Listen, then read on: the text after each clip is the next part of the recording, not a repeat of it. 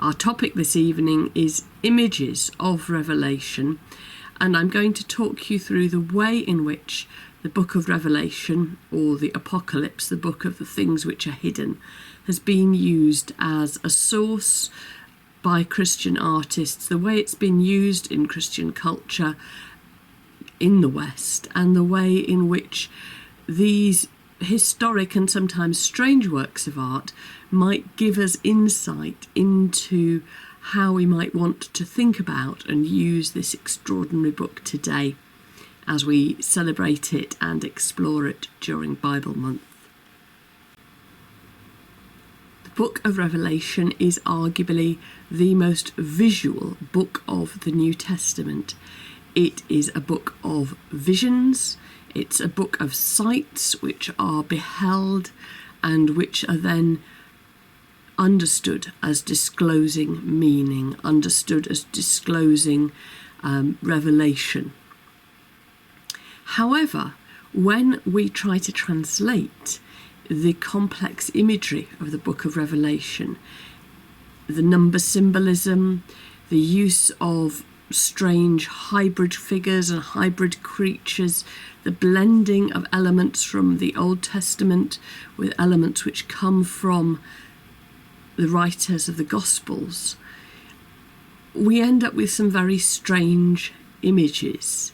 This book is very visual, but it is not a book which is naturalistic. It contains many creatures with multiple heads, covered with eyes, with multiple horns. It is a very strange book, you might say a nightmarish book. It's also, even to this day, even as a book which perhaps as a church we don't know how to handle, we find it perhaps scary or embarrassing. We feel that this book has become a hunting ground for people with outlandish ideas, people who want to use it to grind a variety of theological and political axes. Although we perhaps take a slightly hands-off approach to most of the book, tending to focus just on the beginning, the letters, and then the end, the beautiful vision of the New Jerusalem. Actually, this book has a very strong persistence in our culture, in the imagery and the language of contemporary popular culture. On the one hand, as you see here in what is a genuine advert for the Apocalyptic Book Club, where you can see you can get a lovely package combining an apocalyptic work of fiction with other sorts of treats and accessories, to the meme-like representation here, the four horsemen of procrastination, napping, snacks, social media and minor chores, all lowering over the poor individual trying to get on with their work. Many of the images of the book, the four horsemen, the New Jerusalem, the Whore of Babylon, these images and the language around them persist in our culture. They have a meme-like quality in our culture. And the apocalyptic, which I think, as I say, as a church we find disturbing and worrisome, actually has a resonance and a meaning in a world which faces grave uncertainty, in a world which is on the edge of crisis, a world which explores through its literature and films a variety of dystopian futures. So the apocalypse is perhaps in that sense closer to us than we often think. Now, the Apocalypse, the book of Revelation, is not the only early Christian source of imagery of the end of the world and imagery of judgment. I'm showing you here on the left-hand side a fragment of the paintings from the house church at Dura, Europos in Syria. These paintings date from perhaps the 3rd century. They're some of the very, very earliest public Christian art. There's almost no Christian art from about the year 200. So when we think about the book of Revelation, those early readers and the people for whom the book was created, the people to whom John the Elder wrote the book, they were not people who would have expected to show these scenes in art. Anyway, on the left here we have a scene which may represent part of the parable of the wise and foolish virgins. And on the right-hand side we have an early Christian mosaic from Ravenna which shows Matthew 25, the parable of the sheep and the goats. So the book of Revelation is not the only account of the end of the world. It is not the only account of judgment, and more general images in medieval and post-medieval culture of the last judgment, or the doom, the time of judgment. Those tend to draw on imagery from a variety of different biblical sources, so they don't just show imagery from the book of Revelation. Indeed, they're largely based on the idea of the sheep and the goats, the judge and the division of people. One of the features of the book of Revelation, which I think ties very closely to early Christian art, is the way in which, through its dreamlike images and language, it presents a very shifting and mutable range of representations of Christ.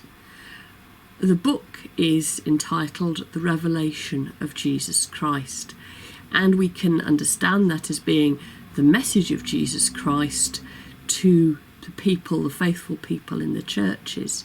But we can also understand that as being a book which expresses something of the identity, or in fact the multiple identities of Jesus Christ. Coming from a Jewish tradition, early Christians did not expect to make representational art. Once you have the development of Christian art, it is marked by an extraordinary variety of images of the figure of Christ and the figure of God.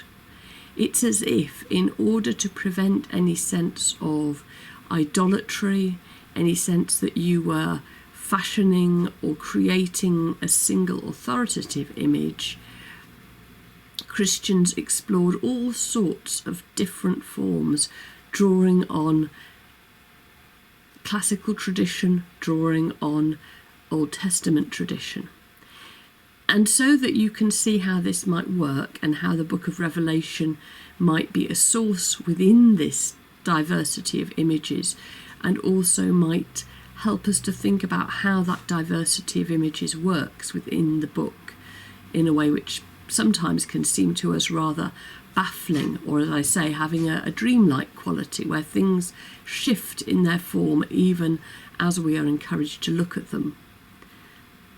We're going to travel across the ceiling from east to west at San Vitale, Ravenna. In the apse, the conch of the apse, we have this figure of Christ wearing imperial purple, young, clean-shaven, perhaps you might argue relatively androgynous. And then on the soffit of the arch above, at the top of the image, you have the sacred monogram. So a figure and a monogram. If you orientate yourself here, you can see how we move from that monogram to a monogram held by figures of angels. And then on the higher vault, we have a central image of the Lamb. Christ as the Lamb, surrounded by the stars of heaven, upheld by angels, and surrounded by swags of fruit and images of the burgeoning of creation. The book of Revelation talks about the Lamb, just as the Lamb of God is an image for Christ at the start of the Gospels. So from the very start, the book of Revelation talks about the Lamb of God, but also blends this. So the Lamb marries the bride. The Lamb will be the shepherd. There is a deliberate blending of this understood image of the sacrificial lamb.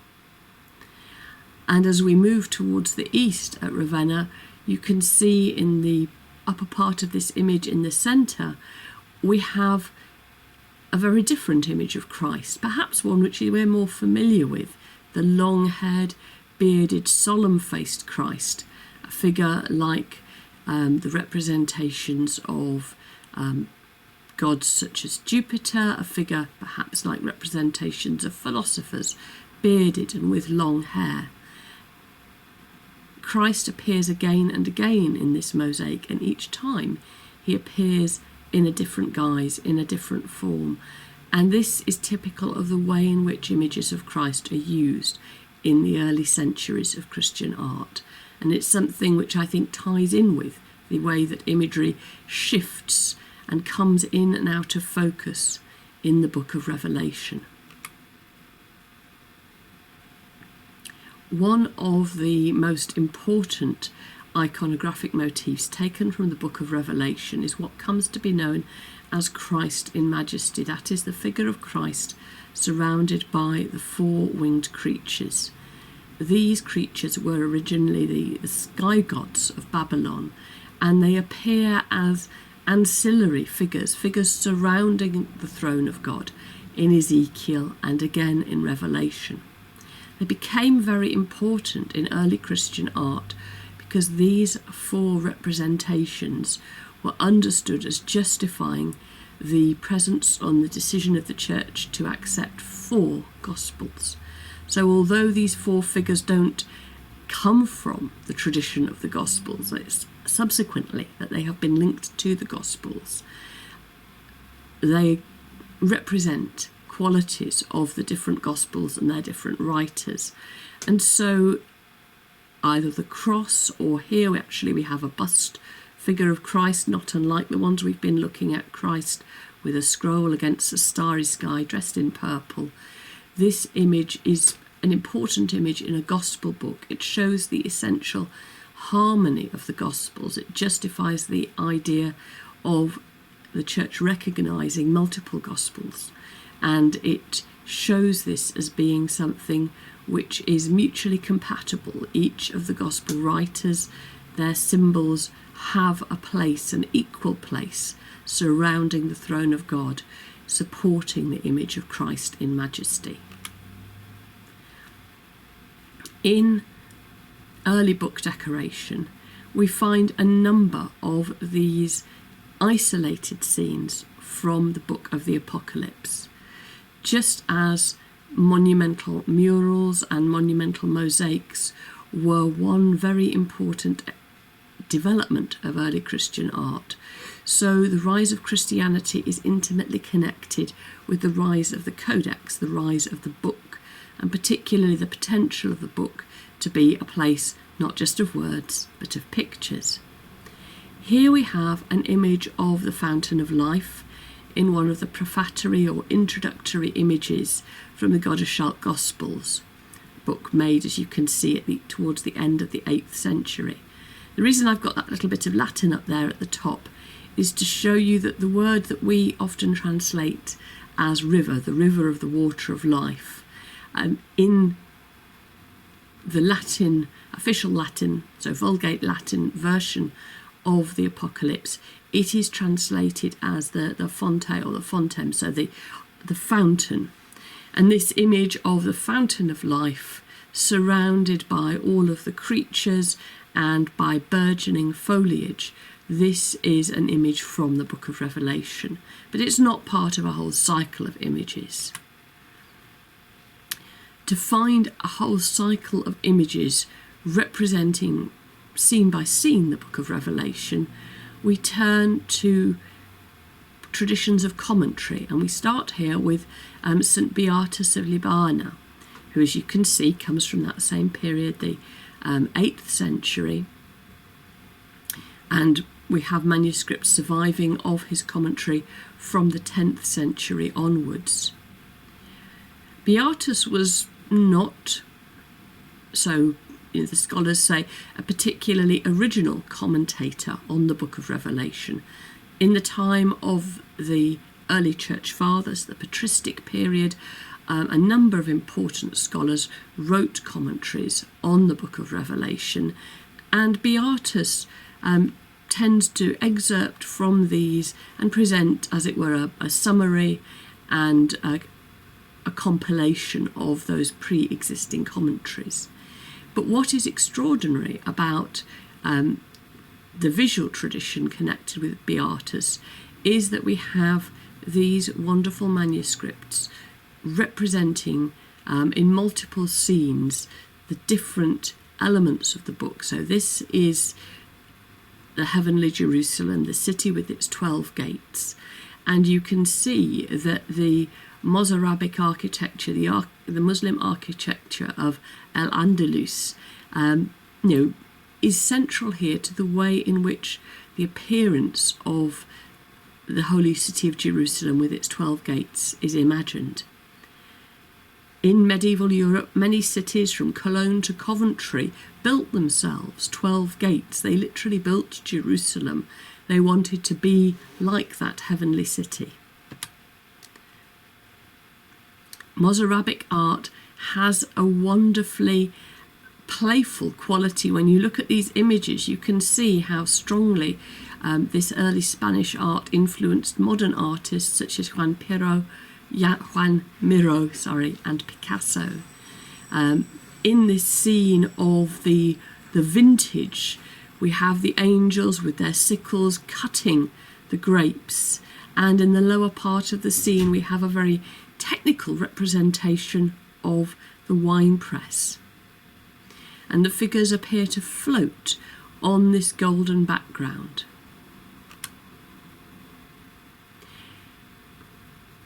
In this manuscript, created for Charles the Bald, introductory images are used to connect the ruler, who you see sitting under a baldacchino on the left page, with the image of the adoration of the Lamb in heaven. In this picture, Charles, seated on his throne, shares the vision of John the Elder. He too looks through the door into heaven and sees the elders adoring the Lamb. And the idea of being able to use art, particularly large-scale and dramatic art, to give Christians a taste of what it would be like to experience the extraordinary visions and holy experiences described in the book of Revelation. We can see that clearly, for example, here in the Portal of Glory, the great doorway from about 1200, created in Santiago de Compostela to welcome the pilgrims. This is a reconstruction of the original polychromy, and you can see we have here a central image of Christ, and again we have the elders with their musical instruments surrounding the throne. Most of the imagery in this monumental tympanum is taken directly from the book of Revelation, and as the pilgrims at the end of their long journey along the Camino enter the Church of St. James, they come into a place which is presented to them as being like heaven itself, like the vision of heavenly worship in the book of Revelation.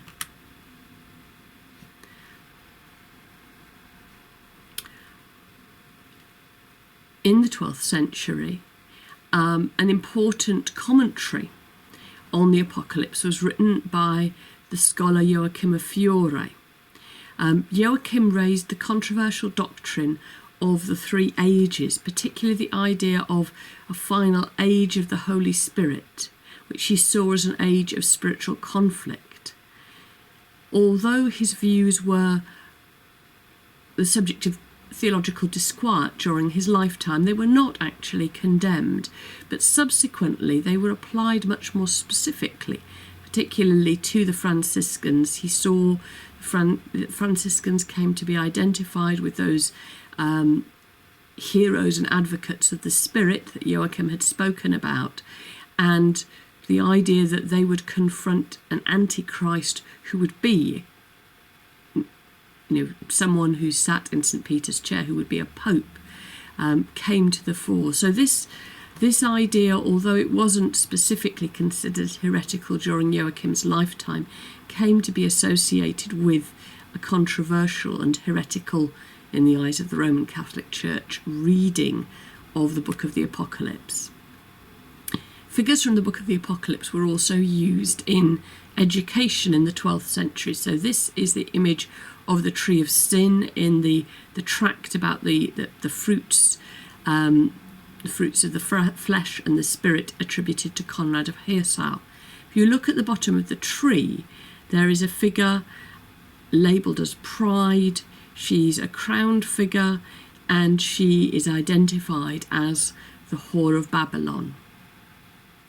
So she appears in this diagram. Effectively, this is a tree or a flow diagram showing the connection between pride, the root of the sins, the 7 deadly sins, and other subsidiary sins.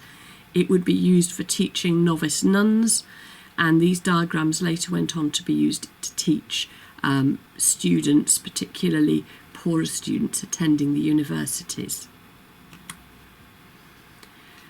Another way in which the Book of Revelation was applied in a much more particular and personal way was the development of what was called what we now identify as bridal mysticism.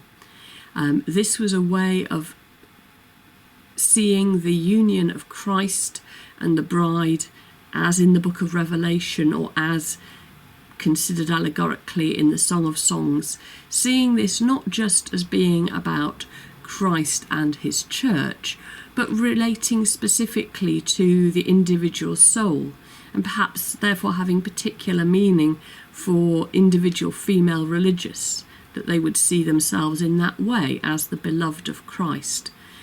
The image on the left is from a devotional manuscript. You can see the figure of Christ embracing the individual female figure representing the soul, and then him drawing her into his house, into his bedchamber. I've put it alongside this Parisian ivory comb so you can see how closely this sort of religious, spiritual eroticism was linked to contemporary romantic imagery. The cult of courtly love and the development of bridal mysticism are step in step with each other. In the 13th century, a tradition of making the sorts of elaborate, decorated commentaries and accounts of the apocalypse with many, many scenes, so 70, 80 or 90 individual scenes, developed initially, as far as we can tell, in England. Although probably some of these books were made by scholars and they contained the sorts of scholarly commentaries that we saw with the works of Beatus of Liébana, what starts to happen is that these become effectively graphic novels. They become deluxe books created for a new lay readership, and they become books a bit like the diagrams we were looking at. They have, relatively small areas of captioning or small areas of text, but instead use large areas of elaborate scenes to tell the story of the apocalypse. In this period, the apocalypse is seen as a work of storytelling. It's seen as an adventure story, and these books are enjoyed in the way in which the strip cartoon of a superhero or a blockbuster disaster movie might be enjoyed. You can see here how these large illustrations, these beautiful illuminations, relate to the pages of text. These are deluxe books, heavily illustrated books, and often they're associated with a new readership, particularly the rise of the literacy of lay women in the 13th and 14th centuries. So this is a donor picture of the woman Eleanor de Quincey, for whom the book that we've just looked at was made. And you can see how within the idea of the apocalypse, she shows herself as having chivalric attributes. She shows herself using the shield of faith to protect her body against the flaming darts of the devil. She shows herself involved in an apocalyptic struggle between good and evil. That is how she imagines her spiritual life. That is how the book encourages her to see herself as someone involved in that sort of struggle. And we see this even more plainly in the Trinity Apocalypse, which may have been made for Henry III's Queen Eleanor of Provence. You can see we have a very prominent lay female woman joining in the attack on the many-headed beast alongside the orders of friars. So this woman, Queen of England probably, has had herself painted into the heart of the action, the heart of the story. She imagines herself going in there and attacking the many-headed beast with her sword. One of the reasons I was so keen to give this lecture is that I was involved in the discovery of a cycle of scenes of the apocalypse. Not that I was the person that dug these up, but when they were found in Coventry, in a dig which happened in the Abbey area up to the millennium. When these paintings were found, I got the call from my colleague Richard Morris at University of Warwick, and I was the person who ended up with him publishing our account of these paintings. I didn't get to be on Time Team, but at least I got to be involved with these extraordinary paintings. So you can see here on the left we have the head of John the Divine, John the Elder, looking up into heaven. We have multiple faces of crowned, venerable, white-robed figures, the figures of the elders. We can see literally the door of heaven, a brown door with a piece of ironwork on it, and we can see the wing of one of the four living creatures, probably the lion. You can just make out a little bit of sort of tufting on the edge at the top there, but that's probably the lion from the four living creatures surrounding the central image of Christ. Although the composition is different, we're looking at effectively a version of what's on the left-hand side of this tapestry. So John looking through the door, the elders, and the lion around the central vision.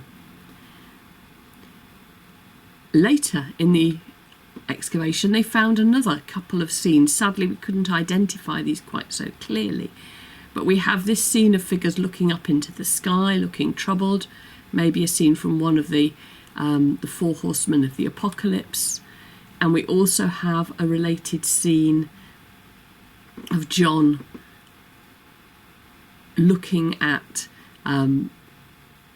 events within a heavenly realm. That thing that looks like rickrack braid, which is in the right-hand panel between the figure of John, you can mostly just see his halo there on the left, and the figures beyond. That is a medieval stylized representation of cloud.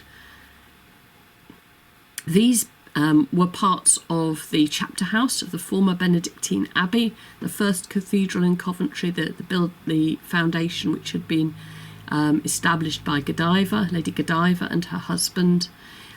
These dated from the later 14th century, and you can see they had probably been left when the building was taken down and demolished, because they were such awkward shapes of masonry. This is a lovely picture of Jimmy, the person who found the second of these areas of painted masonry, and the archaeologists from Coventry. This is a slightly fanciful reconstruction of the way in which this cycle of, as far as we can tell, 80 or 90 scenes of the Apocalypse would have gone around the chapter house. And interestingly, we can see a rather similar cycle around the walls of the Benedictine chapter house at Westminster. The Coventry example is just slightly earlier in date and better in quality. But you can see how this is effectively a monumental version of one of those graphic novel books of the Apocalypse, you have the text literally pasted onto the wall beneath each of the individual scenes. The Apocalypse was a particularly important text within Benedictine monasticism. The rule of St. Benedict required the Benedictine monks to recite this text every Saturday. So they were very, very familiar, steeped in this book and its imagery and its multiple meanings. And in the late 14th century, we have lots of examples, not just these chapter houses, but other examples of those highly illustrated books being used as the basis for lavish schemes. So the famous East Window at York Minster, the work of John Thornton of Coventry, contains a great cycle of scenes of the Apocalypse. We know at Norwich that the chapter bought a book of the Apocalypse in order to provide a model for the bosses of the Apocalypse that were carved in the cloister. And looking at more secular context, Louis II, the Duke of Anjou, had a whole series of these beautiful tapestries of the scenes of the Apocalypse made. So those strip cartoon cycle scenes that we found in books in the 13th and early 14th centuries, in the late 14th century, they become displayed in these monumental contexts on a large scale for public viewing and public enjoyment. And perhaps particularly in those more secluded areas, so in the tapestries of the elite or in the decoration of the chapter house. This is a large panel painting, as you can see, showing scenes of the Apocalypse. Perhaps because of this prominence of the Apocalypse in the later 14th century, in this period there is yet another emergence of a strange, or we might say heretical, belief. And this was the belief that the 24 elders were responsible for a quarterly meeting in heaven. You knew we were going to get around to Methodism eventually. The idea was they had this quarterly meeting at which they decided what was going to happen to everybody on earth during the next 3 months. And so in the remote area of Carinthia in eastern Austria, a practice developed of people naming and lighting lights to and praying to specific ones of these 24 elders in the hope that they could get them to put in a good word for them when the fates of humanity were discussed for the next quarter. This was considered to be an erroneous and superstitious belief, and we only know about it because it was quite firmly quashed by the local church authorities. But it might tell us something about the way in which all of this imagery of the Apocalypse had an impact on people and their understanding of their lives. The late Middle Ages was a time of individual devotional images, and a number of these drew directly on the book of Revelation. So, for example, the image of the woman clothed in the sun with the child. This was understood by the medievals as being a reference to the Virgin Mary, and so you have these images of the Virgin Mary as the woman clothed in the sun, with the stars around her head, with the moon beneath her feet, here combined charmingly with the motif of the humble Virgin sitting on the ground. Or the image of St. Michael overcoming the forces of evil. It's another one of these images from the book of Revelation which is removed, as it were, from the narrative and becomes a devotional image in its own right. So we have this focusing in on certain key images and certain key individuals which are associated with late medieval belief. We also have, through the extraordinarily naturalistic art of the Renaissance, the capacity for showing perhaps a more emotive representation, a more dramatic representation of the Apocalypse. And we see that both in Southern Europe, in the Italian Renaissance, as we've just seen, but we also see that in Northern Europe here in the work of Broidel, his image of the triumph of death. If you look in that lower left-hand section of the painting, you can see the apocalyptic image of death on a particularly gaunt and wasted white horse, and this image of the desolate landscape where figures, skeletal figures representing death, stalk the living and hunt them down. That visionary quality also relates to the way in which art was used in the later Middle Ages. Yes, it was used to warn, but it was also used as a proxy for religious experience, a proxy for religious vision. So very often in manuscripts or in panel paintings, donors, here you've got Catherine of Cleves, the woman in red, kneeling on the left-hand side. She has herself painted saying her prayer to the apocalyptic virgin, the virgin clothed in the sun. She is having, through this work of art, and she shows herself as having, through her patronage of this manuscript, the equivalent of a vision, like the vision of John the Elder. And this visionary quality of the Book of Revelation does not lose its attraction in the time of the Reformation.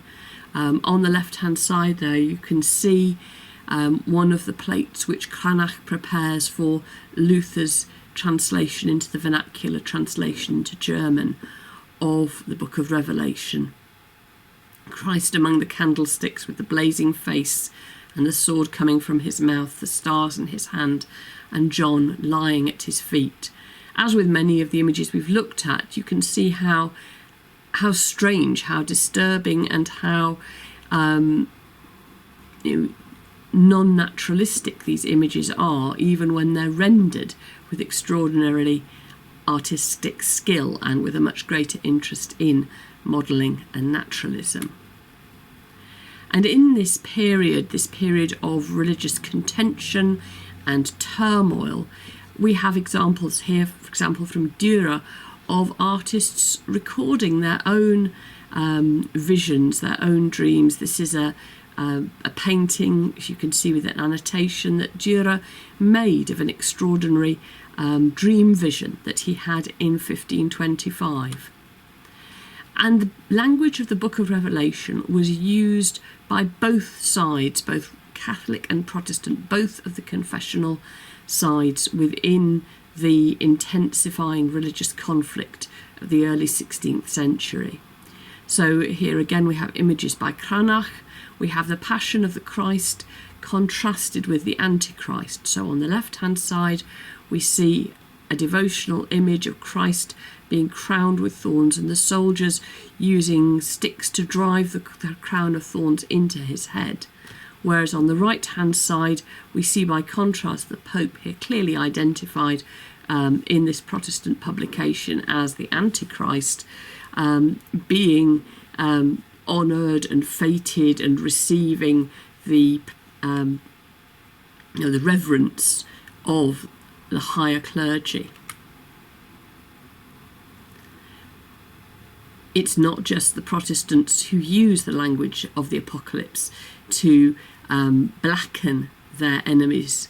This is the so-called 7 heads of Martin Luther. So the idea of Martin Luther and his different, as it were, presentations or incarnations. You can see there on the left him as the doctor and as the monk, and his face is becoming increasingly bestial and evil. Luther here condemned as the beast of the Apocalypse. And in a very similar way in England, the contentious nature of the 17th century, the religious conflict, the time of the Civil War, the idea here, for example, of the many-headed beast, the many-headed creature, is used for political cartoons. So the Book of the Apocalypse becomes a source of a language of theological and political polemic, and it doesn't belong to any single group, people who see themselves as defending the status quo and challenging it. Both paint themselves through the visual language of the Apocalypse. In the 17th century, through Mannerist and Baroque art, we have some extraordinarily powerful and striking realizations of the Book of Revelation. This is El Greco's painting of the opening of the fifth seal. When he opened the fifth seal, I saw under the altar the souls of those who'd been slaughtered for the word of God and for the testimony they had given. And they cried aloud with a loud voice, Sovereign Lord, holy and true, how long will it be before you judge and avenge our blood on the inhabitants of the earth? So this is a scene of the resurrection of the slaughtered saints, and you can see El Greco shows this extraordinary heightened unreal lighting. He shows the pale bodies. This is the conventional representation of resurrected figures, and he shows John crying out as they cry out to the heavens, asking for succor, asking for vengeance. This is a subtle but I think rather delightful depiction of elements from the Book of Revelation. As you can see, this is a Dutch still life, and it represents particularly sugared candy, sugared sweetmeats. If you look across the image, you can see that on the left-hand side there is a broken letter A formed out of sugar, and then there is a very clear letter O at the foot of the wine glass. So the Alpha and the Omega, the representation, the symbols of Christ, are here shown in sugar. And the idea there is the idea of the sweetness of Christ. This painting, which appears to be entirely naturalistic, simply a picture of a number of beautiful objects and foodstuffs, is nonetheless as much a painting about the Book of Revelation as these dramatic, rather stagey, visionary images.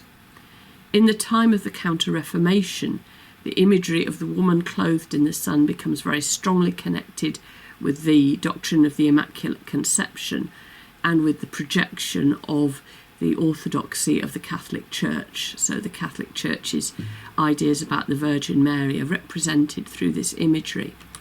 And because this is a period of missionary endeavour and colonial expansion from Iberia, this imagery of the Virgin clothed in the sun is central to the way in which the Virgin Mary is presented in early modern Central and South America and in Mexico. So this is the Virgin of Guadalupe. It's based around a vision in Mexico, as you can see, in the early 16th century. So these sorts of Hispanic representations of the Virgin Mary also derive ultimately from the Book of Revelation.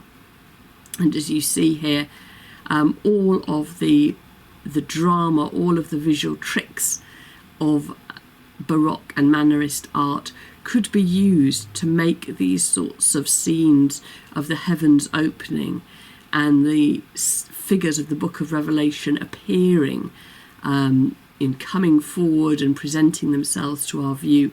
All of these tricks are used to dramatise these images.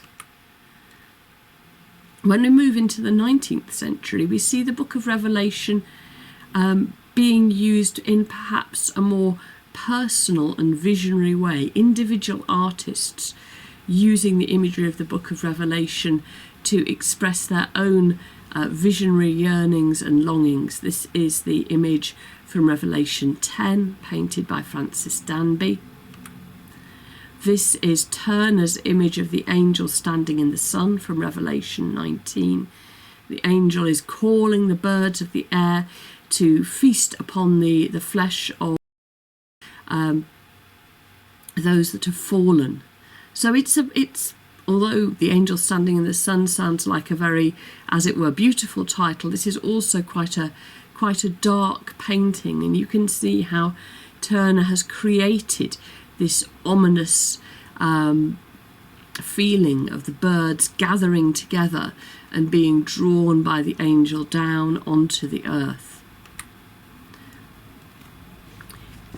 in a way which to our mind anticipates the appearance that we can now create through virtual reality and CGI cinema. Martin painted scenes of the apocalypse and scenes of heaven using this extraordinary, dramatic, hyper-realist form.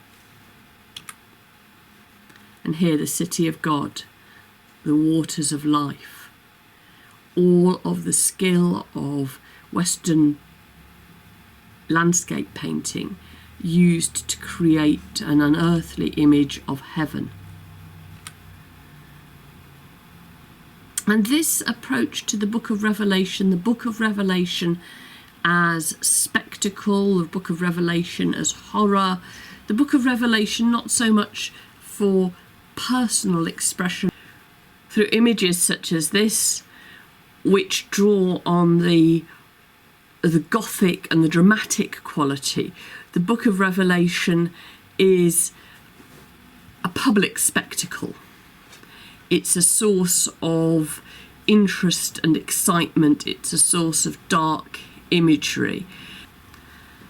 And we see this across Europe, this work by a Russian artist from the 1880s, representing the four horsemen of the apocalypse on their various horses in that romantic and dramatic, that broadly speaking Gothic tradition.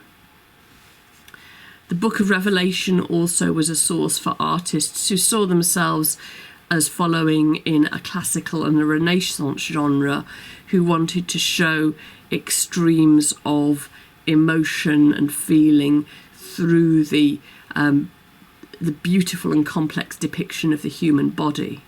So here we have Frederick Leighton's extraordinary painting of the sea giving up his dead, in which we see the father clutching his family raised from the ocean. Presumably we imagine they've all drowned in each other's arms.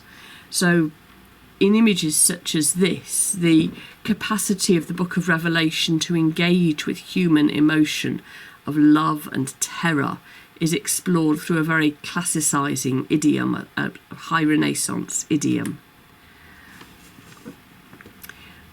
We see a similar classicising aspect in the depiction of the horse and the drapery, very reminiscent here of the Parthenon frieze and the art of ancient Greece. This is Watts's picture of the rider on the pale horse. And you can see how Watts has turned the figure away from us. We don't even see the face of death, but we have a sense of the horror of the scene and the horror of the figures which follow the progress of death across the apocalyptic landscape. And you can see how in the art of the naive artist, the self-taught artist, Enrico Russo, this image of war draws again on the depiction of the apocalyptic horseman, so that we see figures, we see the birds attacking the figures that lie dead on the floor, and we see the relentless and nightmarish figure of war galloping over them.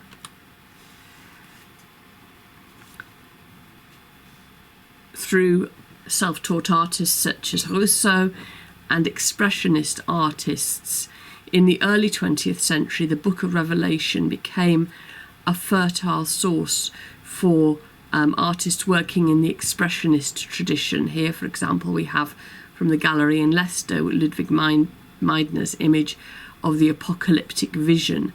And you can see how the idea of the desolate landscape, the squirming bodies, all that sort of dramatic art that we saw in the 19th century, that classicising art of the 19th century, how that is transformed into something much more expressionistic and much more personal, expressing personal existential horror and fear. It's unsurprising that the Book of Revelation was a particular inspiration to artists in the First World War. So from the time of the First World War, here we have Evelyn de Morgan's picture of the death of the dragon. And you can see how she's working in this sort of, as it were, late pre-Raphaelite style, inspired again particularly by that sort of wind-blown classicising drapery, the sort of imagery we'd associate with artists such as Botticelli.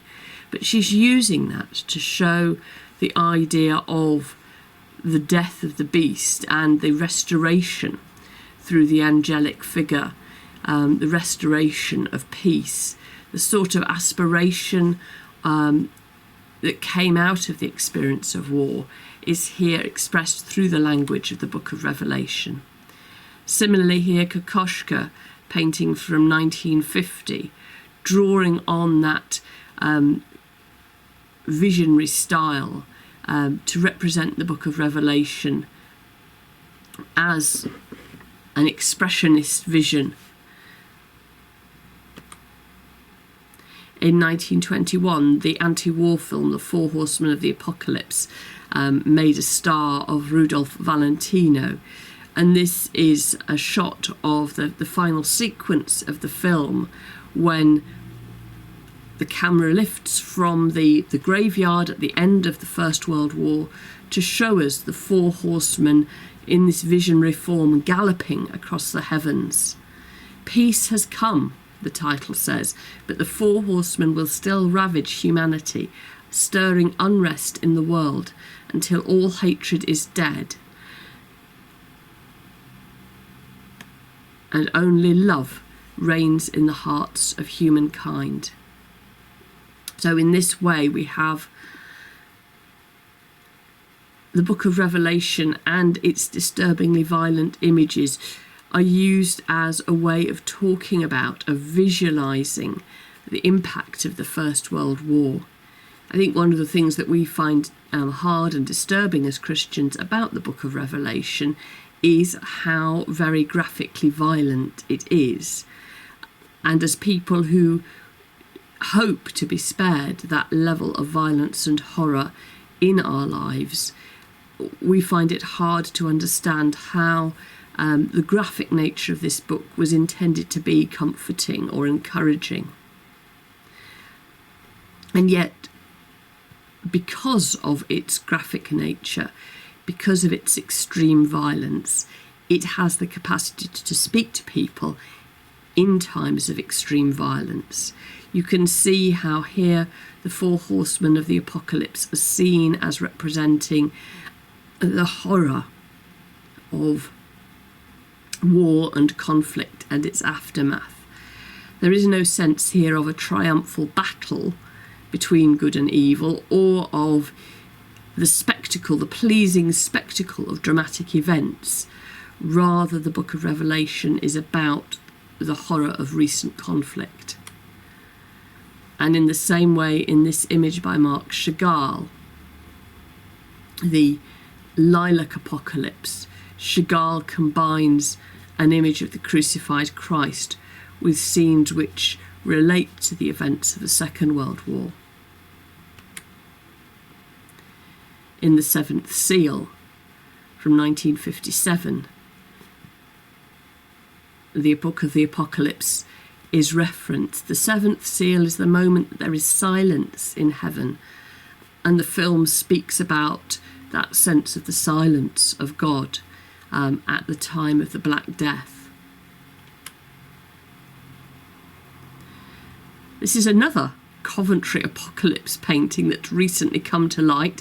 You can see here how the painting was revealed when a brick wall was taken down in the former Swanswell Church in Coventry. It reminds us that here and in the Great Tapestry at Coventry and in Epstein's image of St. Michael overcoming the devil,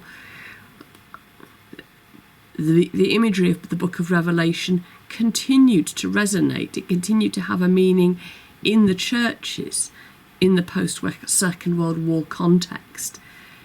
It was able to speak of the transcendence of Christ. It was able to speak of the victory of good over evil. It was able to speak in these dramatic and powerful terms. And therefore, however strange this imagery is, it had an enduring appeal deep into the 20th century, almost because of the events of the Second World War rather than in spite of them. And so we come to images from the post-war period, images which create that disturbing sense of the apocalyptic landscape.